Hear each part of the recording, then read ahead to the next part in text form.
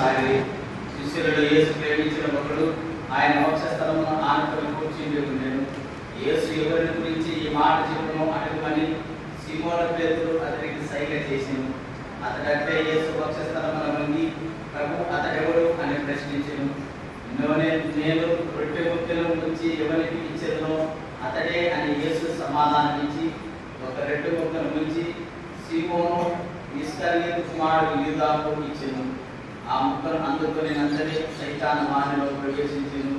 అప్పుడు యేసు వానితో నీవు చేయుచున్నది వెంటనే కానివ్వు అని పలికెను. యేసు ఏ ఉద్దేశంతో ఈ మాట పలికెను భుజించు వారిలో ఎవరినో గ్రహింపలేదు. యూదా వద్ద డబ్బులు సంచి ఉన్నందున యేసు వానితో పండుగపై తమకు అవసరమైన కొనుమనియు లేక పేదలకు ఏదేని ఇవ్వమనియు చెప్పుచున్నాడని కొందరు తలంచిరి.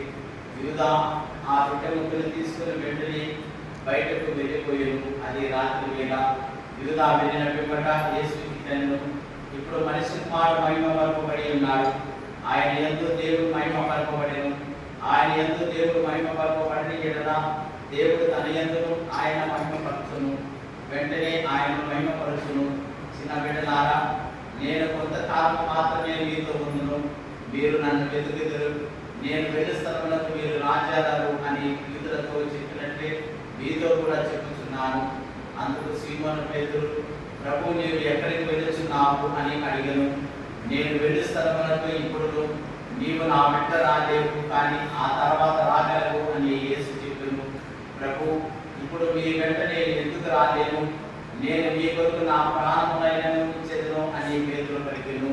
అందుకు యేసు నీవు నా కొరకు నీ ప్రాణములు ఇచ్చేదవా? కోడి కూయక ముందే నీవు నన్ను ఎరగలని ముమ్మారు పంపేదవని నీతో నిశ్చయముగా చెప్పుచున్నాను అని యేసు పలికెను. ఇది క్రీస్తు సువిశేషము.